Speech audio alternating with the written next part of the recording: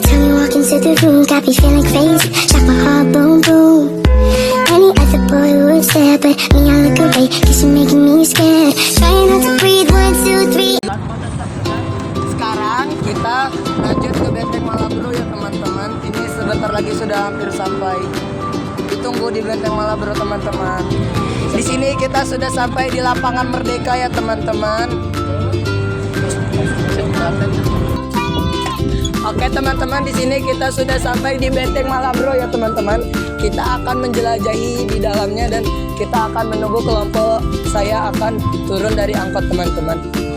Di sini saya melihat kampung Cina ya teman-teman. Itu adalah penampakan tembok kampung Cina kalau dari samping ya teman-teman. Di sini kita akan menjemput kelompok kita ya teman-teman.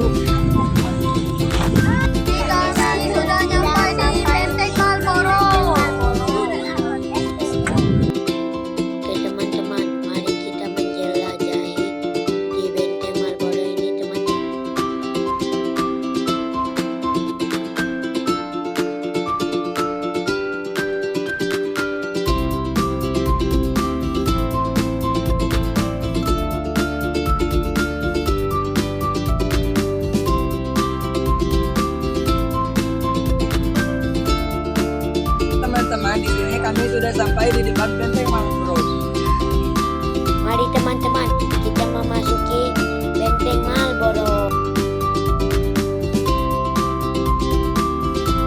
Banget guys.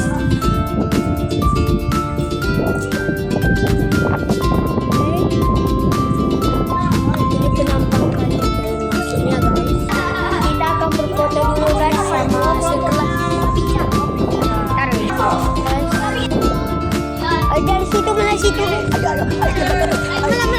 kita ke atas guys, teman-teman. Di sini. Wah, di sini. Wow. Ujungnya enggak sih karena enggak boleh ya. Pemandangan. Boleh. Ayo kita ikut dulu guys. Ada ke sini Tegamang. Tegamang. Wah. Nah guys, jelajahi lagi guys. Di sini kita sudah sampai di tebing pinggir Malboro. Hati-hati ya karena ini sangat tinggi teman-teman. Dan di sini penampakan Benteng Malboro sudah dicat ulang dengan warna putih teman-teman. Kita akan menjelajahi isi dalam Benteng Malboro. Guys, kita menjelajahi. Lihat dari sini, Benteng Malboronya luas sekali teman-teman.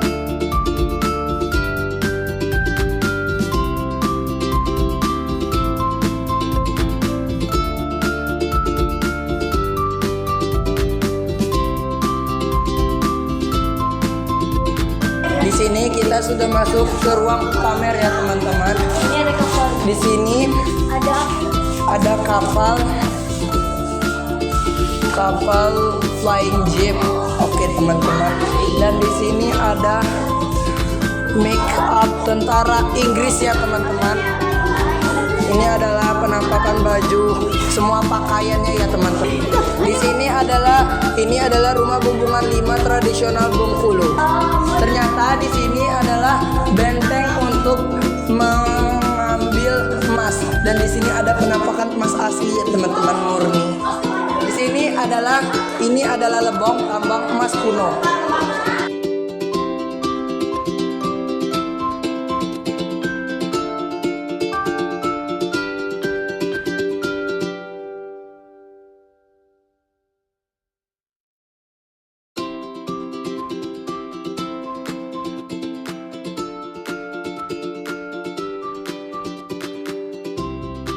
Di sini banyak peninggalan sejarah teman-teman.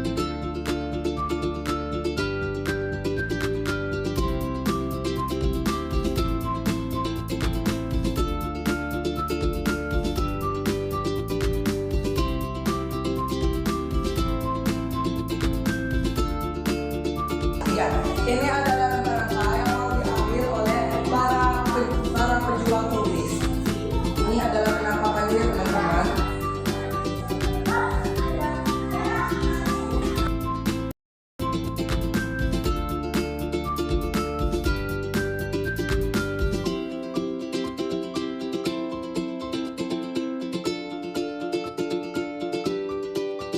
Mari guys, kita beralih ke tempat lain guys.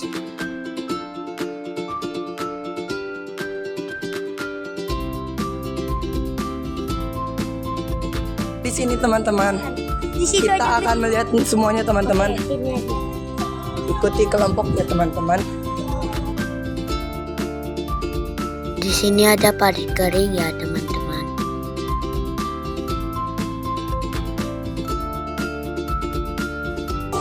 Jembatan 2, jembatan 2, jembatan 3 dan 3.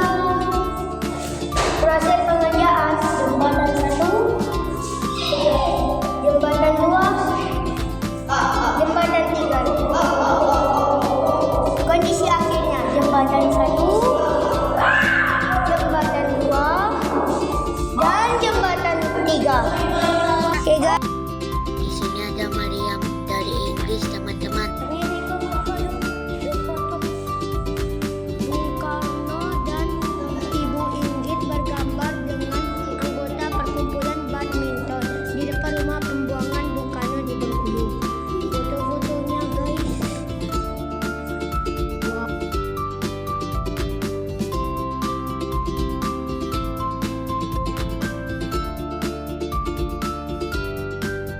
Lihat di sini guys, benteng Marlborough. Marlborough satu bukti sejarah yang lain kepentingan kekuasaan Inggris. VOC atau Verenigde Oost-Indische Compagnie berdiri sebagai perwakilan dagang kerajaan Belanda telah membuka kantor pelelangan lada di Bengkulu tahun 1664. Data Di sini juga ada data teknisnya guys, panjang 140,5 meter, lebar 170,5 meter, luas 740 kali 100,5 meter persegi. di sini ada juga lagi tiga tambang Eropa yang ketinggalan-tinggalan arkeologi. Wow, di sini banyak sejarahnya guys. Punya oleh pegawai sipil dan tentara Inggris dalam catatan British Library Oriental dan India Office Collection tahun 1792 terdapat 90 orang pegawai sipil dan militer tinggal dan bekerja dalam benteng Marlborough. Selain benteng York dan benteng Marlborough, di Bengkulu Utara juga terdapat sebuah benteng Inggris yang terletak di pinggir selatan Sungai Selagan. Menurut tulisan Lise Bagarot pada tanggal 31 Maret 1840, benteng ini didirikan kurang lebih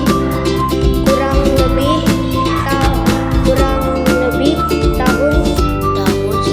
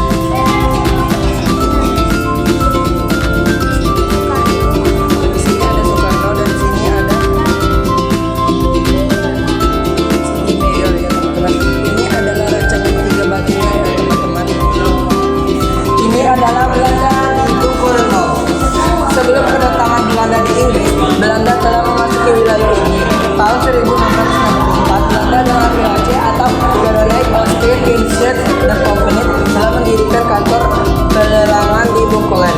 Pada tahun 1670, Sultan Banten mengeluarkan peraturan transaksi baru mengenai lada atau bever.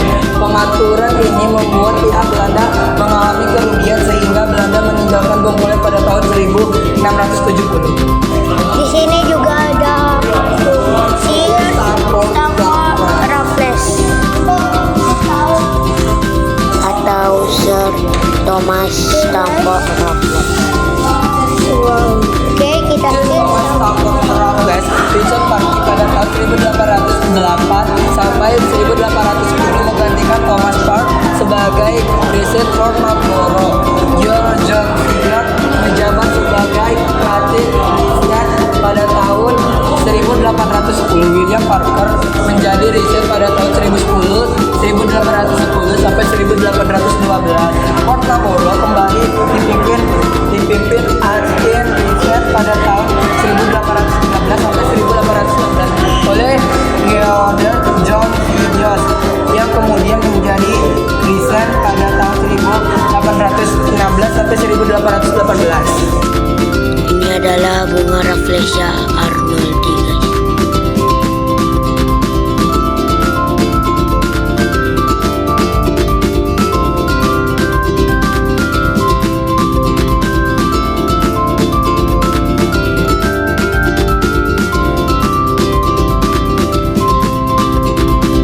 Juga adalah penjelasan tentang dari mana berasal nama dari bunga Rafflesia arnoldii.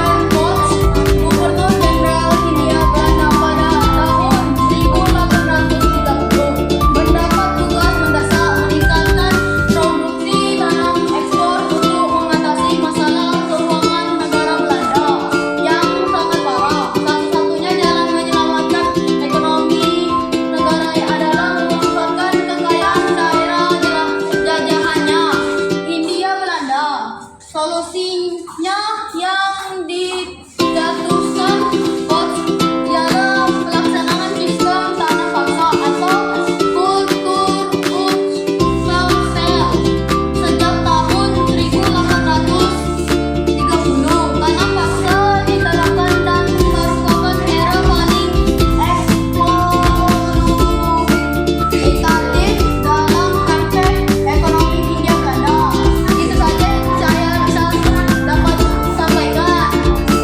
bacakan dan kelanjutan dengan berlakunya sistem tanam paksa, maka rakyat memiliki kewajiban untuk membayar pajak dalam bentuk hasil tanaman. Pertanyaan mereka bukan dalam bentuk uang, bukan dalam bentuk barang.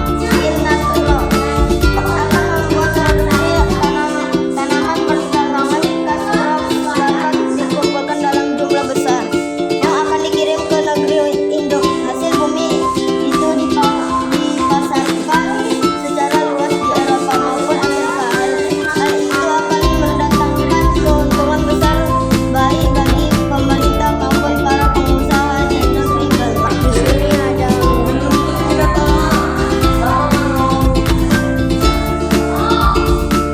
tapi buku mengenai penggunaan jangan lukai harga diri